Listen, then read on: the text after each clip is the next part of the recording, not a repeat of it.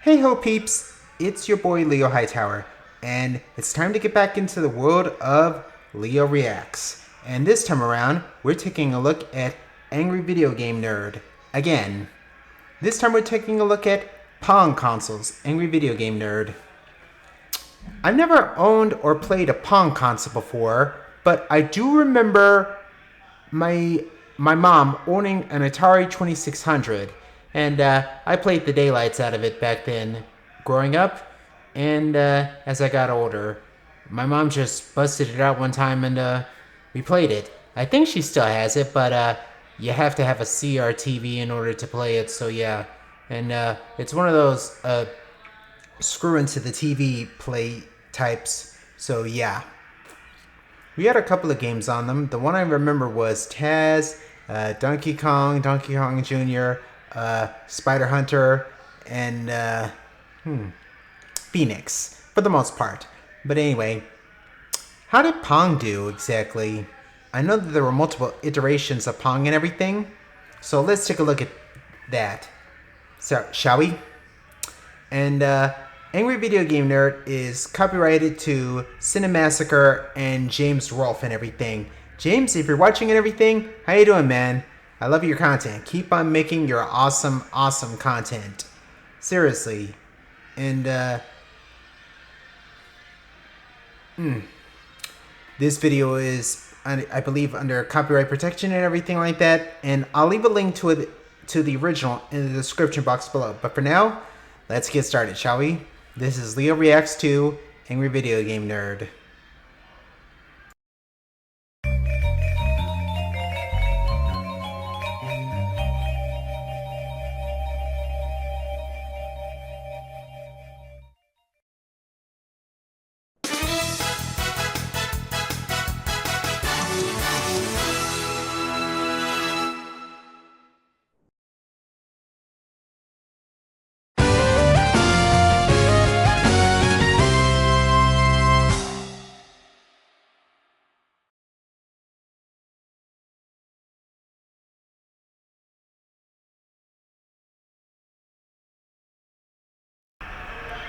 Okay, got the video loaded and everything.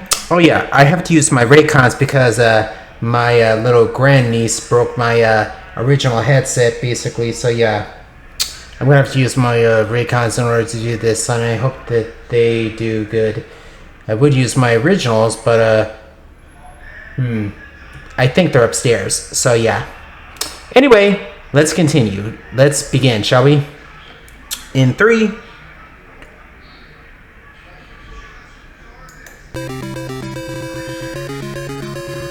Episode 89. First aired March the 6th, 2010.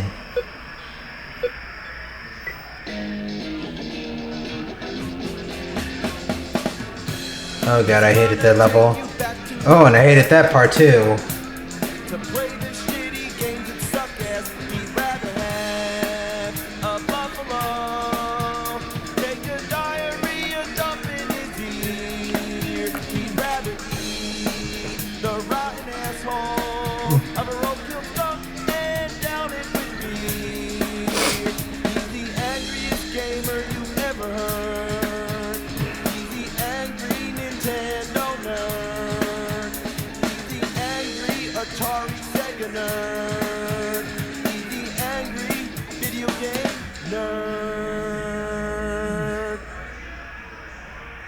God, I love the Angry Video Game Nerd is song. Pong Consoles. Pong. A simple word, a simple idea. It's just Pong. It was one of the first video arcades from 1972. A simple screen mounted inside what looked like a carved tree stump. You could call this the wooden age of video games, when everything was made of wood and two people playing tennis looked like two glow sticks batting a square ball back and forth. Yeah, this was before circles were invented. In spite of its simplicity, it's a fun and addicting game, even to this day. I thought it was fun. Apparently people thought so too back then. That's why they made a home Pong console, so you can play it at home. And then there was another one, and another one, and another one, and another one, and another one, and another one. There was like 9 million fucking Pong consoles. Damn! I can understand video game companies and whatnot putting out various reproductions and whatnot of their consoles or of a console, but damn, I didn't know there were that many Pong consoles back then. Sheesh. Anyway, continuing. Sorry. A Pong console can refer to any game system made in the 70s that didn't utilize cartridges. Instead, they had one built-in game, which was Pong. Sometimes they included different variations, certain kind of updates, but it's mind-blowing to think that such a simple game could have inspired so many pieces of hardware to play it. So, just for shits and giggles, we're going to take a look at all the Pong consoles, which I happen to own. This right here is the Tournament 1000 by Unison. Unfortunately, this one doesn't work, but with game consoles this old, that's something you have to expect. From what we can assume, you can select between 4 different kinds of Pong. And over here, looks like the game didn't even have the technology of keeping score, so you have to do it manually, which is pretty shitty. Even the most basic Pong games kept score. The controllers slide out right here. Now that's what you call a basic controller. Next, the APF TV Fun. That's a great name, isn't it? The console's got that wooden paneling and it's shaped like some kind of spaceship. The controllers are like cylinders. You move the paddle by turning this thing right here. This game is your basic Pong. This little switch here changes the type of Pong. One thing that's typical about Pong consoles is that the sound effects never come through the TV. They come from a built-in speaker on the console itself. I guess you can say it's similar to the Wiimote, how certain sound effects come out of it. Next, the Wonder Wizard. Yeah, certain sound effects and whatnot, or voices can come out through the Wiimote's microphone and everything like that, or the speaker. So yeah, interesting. Interesting how they made the technology. Anyway, continuing. But yeah, it's just mind-boggling. Looks like a slab of wood with game dials thrown on it. It was literally built from a Magnavox Odyssey using the same circuit board and part of the plastic casing. Also, it uses the same video connector. It's the most bizarre thing I've ever seen, and as far to my knowledge, it only exists on the Odyssey and the Wonder Wizard. This might be a good time to bring up that most of these old consoles have a connector that looks like this. You have to plug them into a box, and then screw the box into your TV. Yeah, that was basically how we did my mom's Atari, basically. When we had a CRTV, basically, we would have to plug the dial into a box and screw it into the TV for the most part. But what's he about to say? I say, get yourself one of these, plug it into the coaxial input on your TV, plug the game in, and tell that box to go fuck itself. However, the Odyssey and Wonder Wizard, with this fucking weird shit, you have no choice but to use a box. And even worse, it has to be a special box that takes this crap. And after all that, you're lucky if the picture comes in clear. Channel 3, Channel 4, what the fuck? The left paddle won't stop flickering, and the right paddle doesn't even exist. Where is it? Where is it? Where is it? Weird hookups. The worst of all is the RCA Studio II. Technically, it's not a Pong console because it uses cartridges, but when the hell am I ever going to talk about this thing? Typically, any game system will use 2 wires, one for the AC adapter and one to plug into the TV. But then there's shitty consoles like this that think they're being cutting edge by combining both the wires into one. In other words, both the video connector and AC adapter plug into the same box, which then plugs into the TV. Again, forcing you to use a box and to unscrew it every time you want to play a different game system. So, technically speaking, the video signal is traveling up this wire, and then the electricity coming from the wall socket is coming back through the same wire. I don't even understand how that works. Yeah, I don't get it either. What the hell? I don't get it. I don't get the hookup. Just wow. Hate to see what an RC Studio I was like. The only other system I know that does that is the Atari 5200. We all know how much ass that thing sucks. One last thing to say about the RCA Studio II, it doesn't even have any external controllers. 2 players would have to huddle around and use the keypads. If there was an RCA Studio I, I'd hate to see it. Next, that's what I said. Jack TV scoreboard. Looks like a remote for a TV with a sign. Does anyone remember Radio Shack? I remember them. I remember one time I got a remote controlled car for Christmas, and it was a pretty good car. It was really colorful. But wow, Radio Shack TV scoreboard. He's twin. Pull this off, you give it to your friend, say, fuck you, this is all you get. Look at me, I got all this shit. I'm in control, motherfucker. Why does the ball keep going through the paddle? Serve, reset, reset, serve. I'm playing Ghost Pong. Oh, there's color? All of a sudden the color comes on? The Sears Super Pong Telegame. Ooh. Simple enough. 2 little knobs for controllers. Works alright. Basic Pong. You got 4 different kinds of Pong. Ooh. Like, what the hell is this? Reverse Pong? Okay, now what's this? Asshole Pong? It's not fair. Color Sport 8. Now this is badass looking. The controllers pop out the sides like that. 2 more controllers plug in, so I guess you could have 4 players. Got all these switches here, 4 different games, handball, hockey, tennis, skeet. Okay, what's going on? It just changes colors. Color? Hockey's red, tennis is blue. Is that it? I don't even know if this thing's working right. Ricochet. Well, this is excessive. Instead of 2 controllers, let's have 2 consoles. Wow. Aside from the clunky design, the game works okay. Except the right controller is a little jittery. That's what happens. The thing about these Pong consoles, and one of the things that makes them so fun to play, is that the paddles move so fluently. It's like an analog control that doesn't exist in games today. The downside is that they break easily, and sometimes you get this jittery movement. Yeah, that's how it was with a lot of old school consoles and controllers and everything. Especially with one of the Atari 2600 controllers and everything. It was so jittery, it was ridiculous.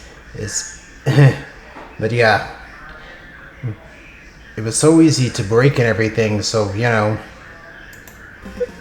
This yellow bastard here is called the TV4 4-way video game. Rolls right off your tongue. Well, you already know how I feel about these. Another box? How do you think I feel that this one is permanently attached to the fucking game console? These things come from hell. Wow.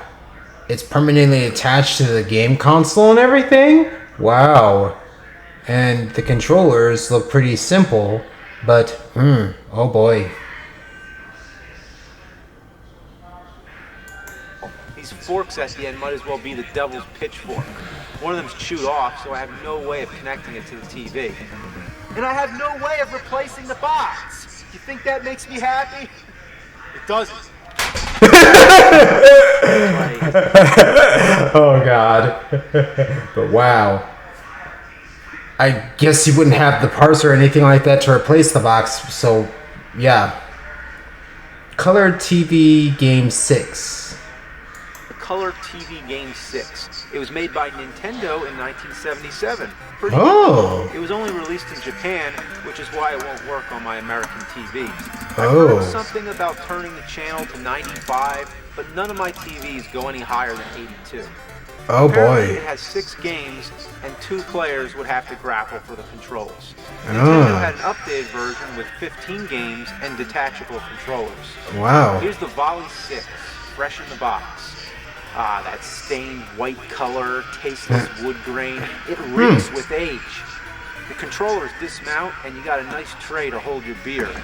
The games are pretty typical. It's your average Pong, with one exception. It's got some gun games. I don't have the gun that goes with it, but as you can see on the box, it was some serious shit. This is an example of a Pong console that uses batteries.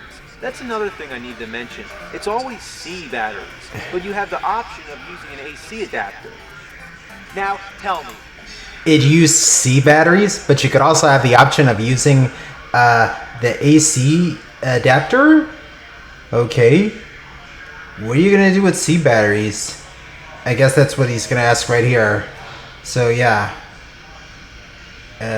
one of the little hookups that my brother gave me and everything was one of those little computer things, and if you got the question right, it was go doo doo doo doo, but if you got it wrong, it went so yeah. Oh god, it's been so long. Anyway, continuing. Sorry. What would you rather do? Run to the store to get some C batteries to play your Volley 6, or just plug it in the wall? The only problem is that a lot of these Pong consoles did not include the AC adapter. Now, I don't know if that's because people lose them or they break, but judging from the box and just the fact that batteries are an option, I imagine a lot of times they didn't include it. Now, what are you going to do with batteries? Play it at the fucking beach? Did Pong consoles have some kind of deal with the battery company to sell more fucking batteries? Oh boy. Alright, this is the Magnavox Odyssey 4000. In between the Odyssey and Odyssey 2, which were cartridge-based, Magnavox made a whole bunch of Pong consoles, naming them after the 1,000 digits.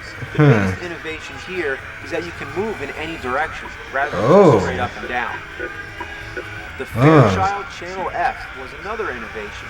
It's a cartridge-based console, but it includes a great Pong game. The controllers were the most complicated yet, and it takes some time getting used to, but when you do, it's awesome. Rocking the stick moves the paddle in any 4 directions. Twisting and turning changes the angle the paddle's facing. Pushing and pulling moves the goalie up and down. If you play with a friend, it makes for a busy and intense game of Pong.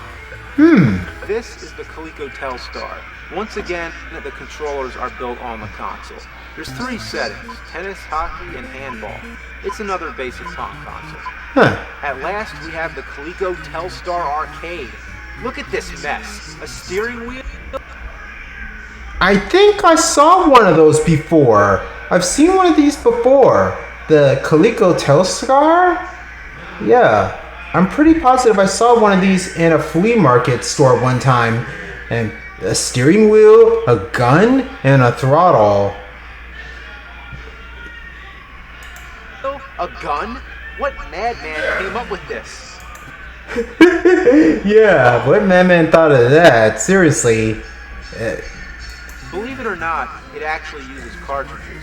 Have you ever seen a cartridge like this? A silver triangle that snaps onto the top of the console? On one side, you have a regular Pong game. On the other, you have a racing game.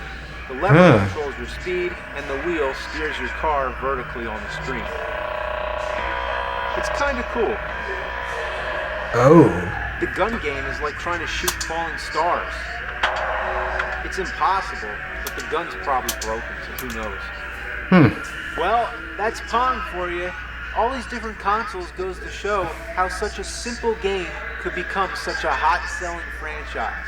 I could see people thinking 30 years ago, wow, Pong, this is where it's at. It ain't gonna get any better than this.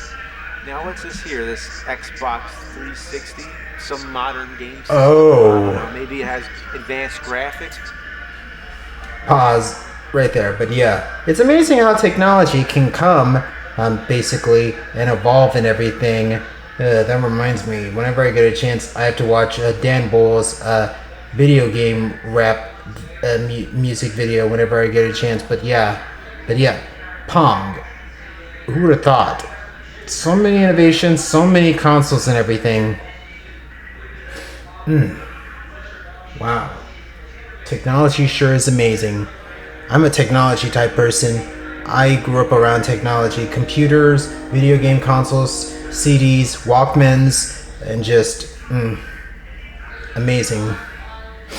But anyway,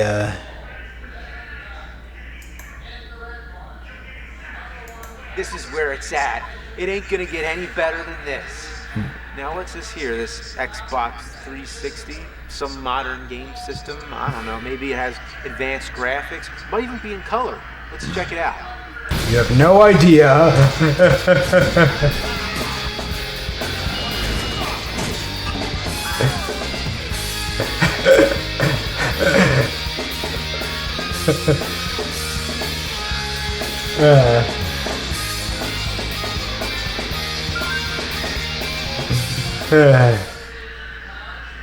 James Rock. Oh man. And there's more from AVGN, the Odyssey, the Atari 5200, and Action 52. But anyway, let me give my honest opinions of it, of this video.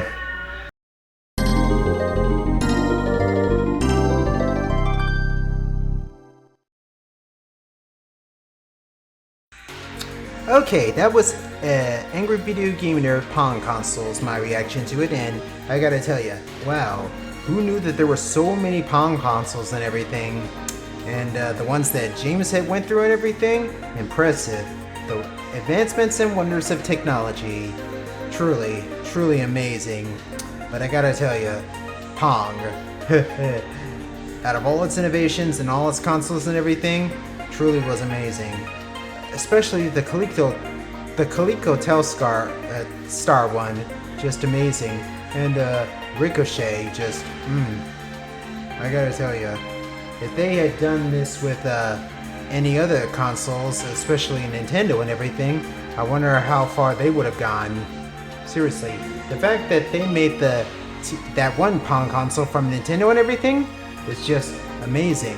Who would have thought Nintendo of all people would of all companies would have made a Pong console, basically, let alone anything else. And the fact that some of the speaker options, some of the sound effects and everything came through the speaker, like it does on the Wii mode and everything, like No More Heroes and everything. Whenever you get a phone call and everything, and you're like, okay, hello, or WarioWare Smooth Moves, where the same thing happens with the phone and everything like that. The phone minigame, basically the discard.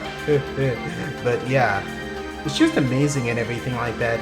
But I think that's gonna do it for this video of Leo Reacts. I thank you guys, truthfully, from the bottom of my heart. It feels good to get back to reactions, and if you guys want to, I'll leave a link to the original in the description box below. And if you're able to and everything, support me on Ko-fi with my works and everything, from videos to my sprite works, faces, and just anything else in between and everything like that. I'll also leave a link to my Ko-fi down below. But for now, this is LeoHightower. Thank you guys very much for watching, and I hope to see all you beautiful sons of guns again next time. Until the next react video. Until then, stay golden, you guys. Bang. Feels good to get back to the reactions.